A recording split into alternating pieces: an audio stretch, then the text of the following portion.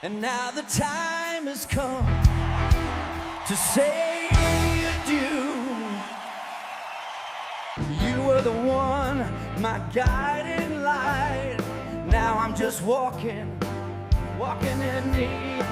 Well, the lights are shining bright tonight, honey, all shook up inside. The sun was just beginning to rise over the small coastal town of San Isidro, painting the sky with colors that looked too soft to belong to a place filled with such struggle.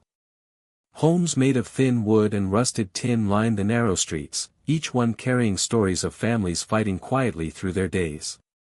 In one of those homes lived a young man named Liam Cruz, a boy whose voice carried more dreams than he ever dared to speak.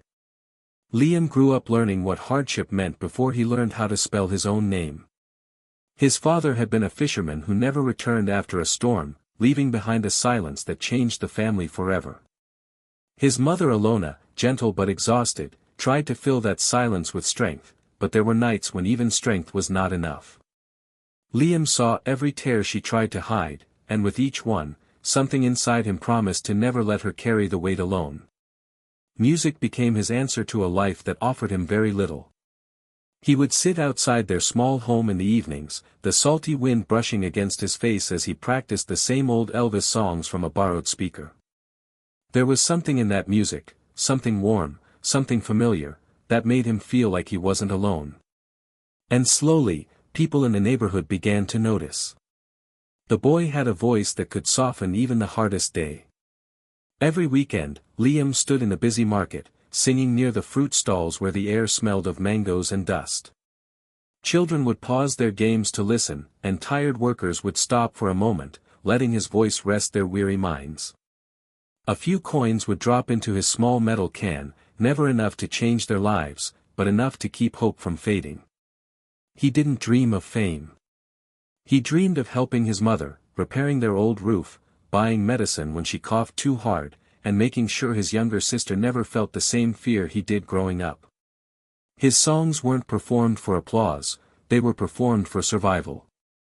On those warm Philippine nights, as Liam's voice echoed down the streets, no one knew that this quiet boy with a borrowed guitar would one day step onto a stage thousands of miles away. No one knew he was preparing for a destiny even he could not imagine. The turning point in Liam's life began on a day that felt no different from any other. The market was loud, the air was warm, and people moved through their routines with the same tired rhythm. Liam stood in his usual corner, his old guitar pressed against his chest, singing an Elvis classic the way he always did, soft at first, then full and rising, like a quiet sunrise gathering strength. Among the small crowd listening that day was a tourist from California. He wasn't looking for anything extraordinary, he was simply passing through, taking videos of everyday life in the Philippines. But when he heard Liam, he stopped walking. Something in the boy's voice, raw, sincere, filled with the weight of years he hadn't lived, pulled him closer. Without thinking, he recorded the performance, capturing the dusty light, the moving crowd, and the young Filipino who sang with the soul of an old legend. The video, posted online that night, didn't explode instantly. It grew slowly, passed from one person to another, shared in comments filled with surprise and admiration. Filipino communities abroad embraced it first, proud to see a piece of home shining so brightly. Then strangers from faraway places discovered it, touched by a voice that felt honest in a world full of noise. One morning, as Liam swept the small space outside his home, his mother walked toward him holding an old phone in her trembling hands. A message had arrived, an email they almost deleted, thinking it was a mistake. It came from America's Got Talent, inviting Liam to audition in the United States. The family sat together, staring at the screen, unsure if dreams like this were meant for people like them. Traveling felt impossible. Money was scarce. Even hope felt too fragile to hold. But neighbors collected donations, a local musician lent him a better guitar, and a distant relative offered him a place to stay in Los Angeles. With every act of kindness, the impossible felt a little more real. Liam packed lightly, just a few clothes, his guitar, and a small photograph of his father, Los Angeles felt like another world the moment Liam arrived. The lights were too bright, the streets too wide, and the faces too unfamiliar. Everything moved fast, as if the city had no time to breathe.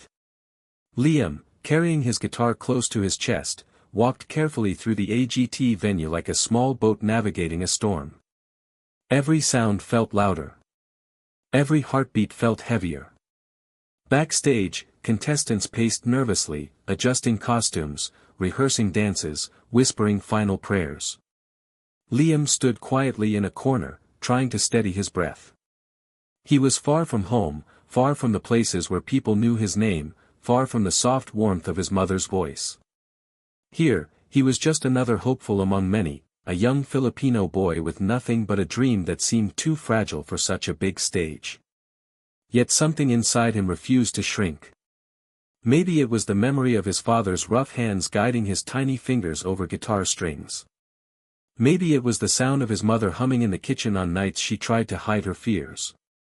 Or maybe it was the endless evenings singing in the market, where his voice was born not from ambition, but from survival. When his turn finally came, a quiet stillness settled around him.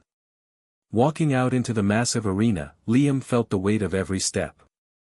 The stage lights washed over him, almost blinding, revealing the thousands of faces watching. The judges sat before him like distant figures from a dream.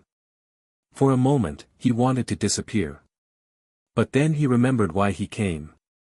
He lifted his guitar gently, as if it were an extension of his own heart. And with the first note, something shifted. The trembling in his hands faded. The noise in his mind quieted. A warmth spread through his chest, the same warmth he felt singing under the Filipino night sky. His voice rose, deep, soulful, carrying the essence of a young man who had lived through storms and found peace in melody. The arena, once buzzing with energy, fell into a deep silence. His performance wasn't loud or grand, it was honest. Pure. A voice shaped by hardship, yet filled with tenderness. In that silence, everyone felt it, the arrival of a rare kind of magic. When the final note drifted into the air like a prayer, the moment hung still, as if the world itself had forgotten to breathe. Long after Liam stepped off the stage, the echo of his voice still lingered in the vast arena. People whispered about him in the hallways, their faces lit with the kind of wonder usually reserved for rare moments. But what touched them even more was not the sound of his singing, it was the story waiting behind it. Backstage, producers invited Liam to share his journey. He sat quietly, hands resting on his guitar, his thoughts drifting to the memories he carried from home. There was nothing glamorous about the life he described. No studios, no teachers, no opportunities. Just a small wooden house by the sea, where the nights were humid and the days were long. A house filled with love, struggle, and a music player that had survived storms just like his family. As cameras rolled, he spoke about growing up without a father, watching his mother sacrifice everything to keep their small family afloat. He recalled the evenings he sang in the market, not for fame, but to buy rice and medicine. Each word painted a picture of a young man shaped by hardship, yet softened by kindness. His story wasn't tragic, it was human. Honest. A mirror of the quiet battles countless families around the world faced every day. When the segment aired, millions of people watching AGT from their living rooms felt an unexpected connection. They saw a boy who wasn't chasing dreams for himself, but for the people he loved. They saw humility in his smile, courage in his journey, and something timeless in his voice. Social media lit up with messages from strangers who felt touched by his sincerity. Many said his story reminded them of their own childhoods, their own struggles, their own parents who had sacrificed everything. Fans began calling him the Filipino Elvis with the golden soul, not just for how he sounded, but for the warmth behind every note he sang. Liam's performance quickly spread beyond the show. Clips of him singing were shared across continents, played in classrooms, cafes, and family gatherings. He became more than a contestant, he became a symbol of hope, proof that talent was not limited by wealth or place of birth. And while the world celebrated him, Liam stayed grounded. He knew the attention was a blessing, but in his heart, he remained the same boy who once sang on crowded streets, hoping to make life a little easier for the people he loved. The night of the semi-finals arrived with a kind of electricity that Liam had never felt before. The arena was filled with thousands of people, but it was the quiet moments backstage that made his heartbeat strongest. He held his guitar gently, running his fingers over its worn edges. Every scratch carried a memory from home, market nights, crowded streets, warm sunsets, and the faces of people who believed in him long before the world knew his name. He had chosen a slower Elvis ballad for the performance, a song tied to his mother. She was the anchor of his life, the quiet strength behind every step he took. As he walked toward the stage, he pictured her sitting on their small sofa back home, eyes glued to the TV, hoping her son felt her love even from across an ocean. The lights dimmed. A hush fell over the arena.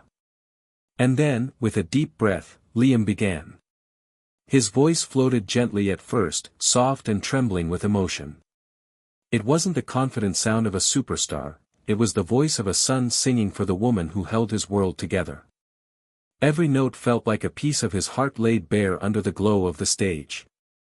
As the song unfolded, the arena grew impossibly still, as if the entire world leaned in to listen. The judges sat frozen, their expressions softened by something deeper than admiration. The audience stared, many wiping tears without understanding why. It wasn't just the song, it was the sincerity, the truth, the quiet strength in his voice. Liam didn't sing to impress, he sang to feel.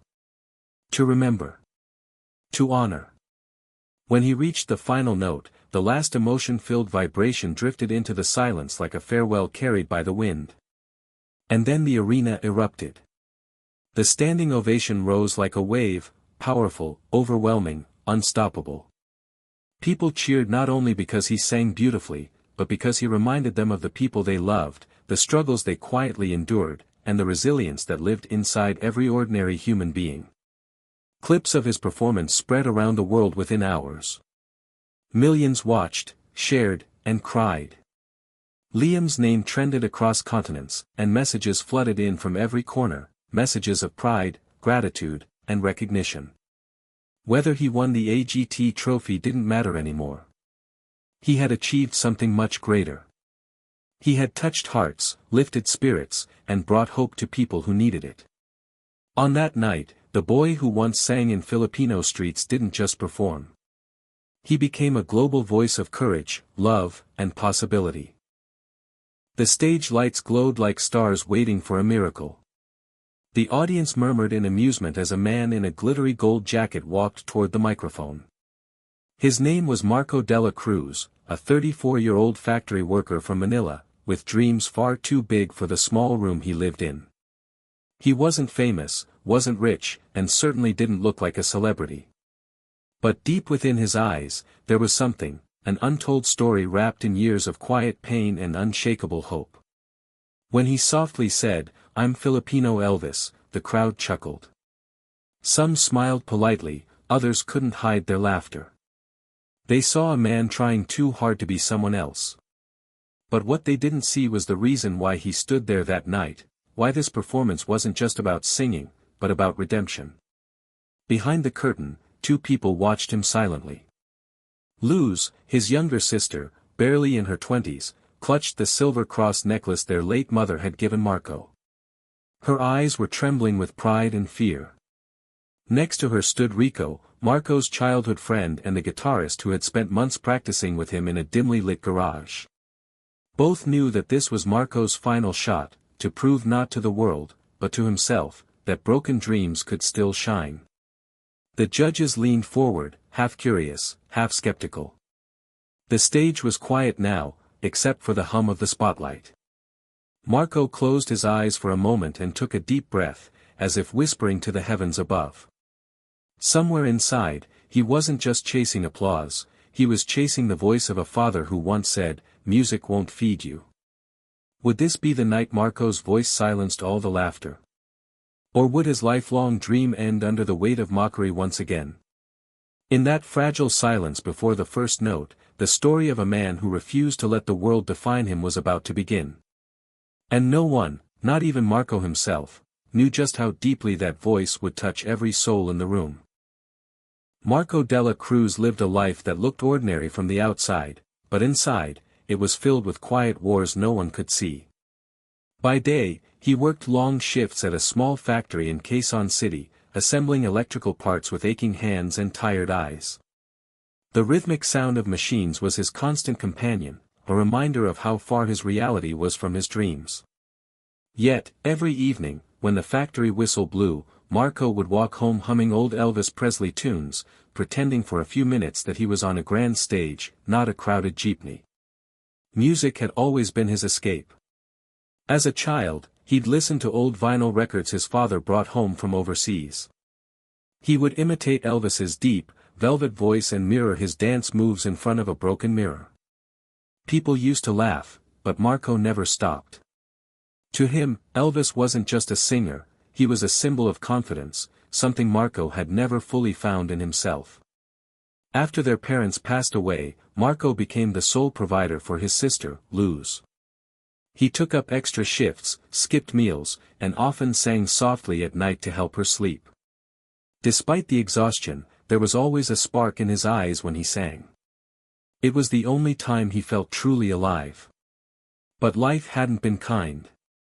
He had auditioned at small bars and local events, often ignored or told he was too old, too simple, or too different. Still, he carried his dream like a worn-out photograph, faded, but never thrown away. At home, his small apartment echoed with his routine.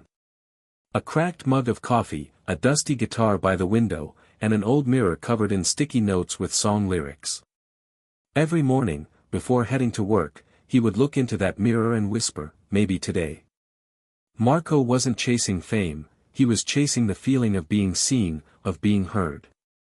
Underneath his calm, polite smile lived a man who had been laughed at too many times, yet refused to let those laughs define him. And now, on the world's biggest stage, he was ready to show who he truly was.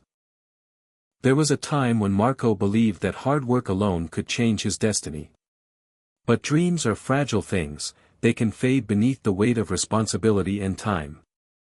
The turning point came 2 years ago, on the day he lost his mother. She had been his quiet supporter, the one who told him that his voice carried warmth like sunlight through rain. Her death left a silence that no song could fill. Since that day, Marco's music felt heavier, sadder. He tried to sing, but the words caught in his throat. Every note reminded him of the promise he couldn't keep, to make his mother proud before she closed her eyes for the last time. Nights became longer, and the world seemed smaller. He buried himself in factory shifts, hiding from the echo of his own unfulfilled dream. Luz often tried to cheer him up, but she could see how distant he had become.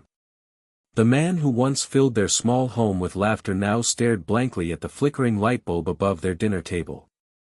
The radio played softly, yet Marco rarely listened anymore. Even his guitar, his oldest companion, lay untouched, gathering dust in the corner. One evening, as rain poured over the tin roof, Marco came across a flyer online, "America's Got Talent auditions, open for all." For a moment, something stirred inside him. It wasn't confidence, but a quiet voice whispering what if. Yet, fear answered back louder. What if he failed? What if the world laughed again? The real struggle wasn't on the stage, it was inside him. Marco wasn't just fighting for a dream, he was fighting against the voice of doubt that had grown louder with every disappointment. The fear of being seen as a joke haunted him. But deep down, there was also guilt, the guilt of giving up too soon, of not believing in himself the way his mother once did. That night, with trembling hands, he picked up his guitar again. His voice cracked, his eyes watered, but something inside him awakened. And that was the night Marco decided, if he was going to fail, he would fail trying. The morning sun spilled through the thin curtains of Marco's small apartment, painting soft golden streaks on the cracked floor. It was the day after his 34th birthday, a day that felt like any other. The alarm buzzed, the kettle whistled, and the familiar exhaustion weighed on his shoulders. But something was different in the air that morning. A message blinked on his old phone screen: "Congratulations. You've been shortlisted for the AGT Manila pre-auditions."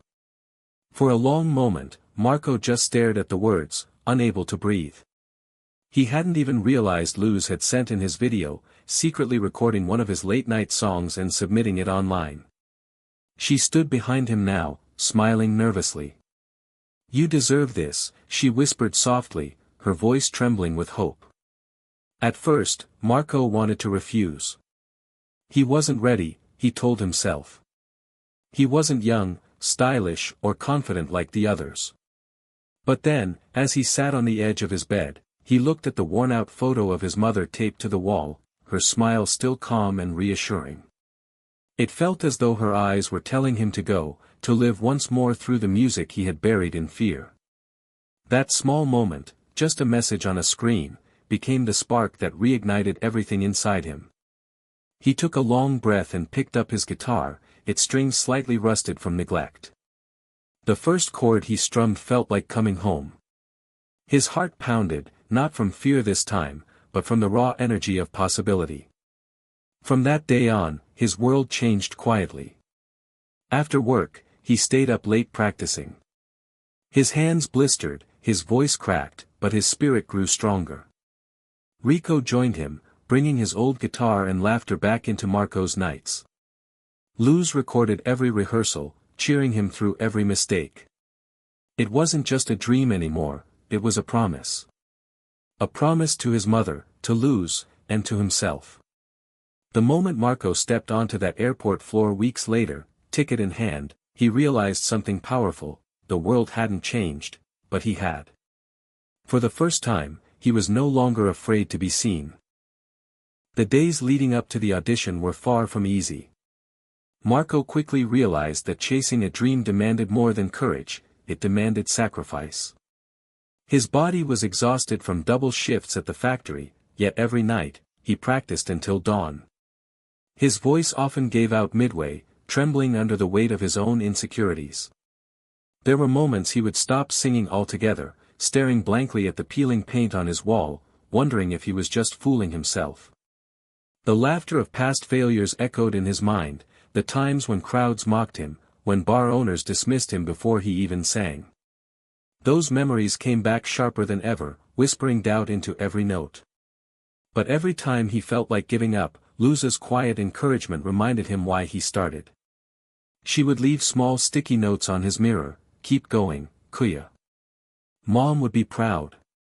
Slowly, Marco began to change, not just as a singer, but as a person. He learned to listen to his own voice without comparing it to anyone else's. He stopped trying to sound like Elvis and instead began to feel like himself. The more he practiced, the more his performances carried something deeper than imitation. They carried his life, his pain, his truth. Rico noticed it too. During rehearsals, he would pause and say, "You're not just singing anymore, brother, you're telling your story." And indeed, Marco's story began to pour out through every lyric, every breath.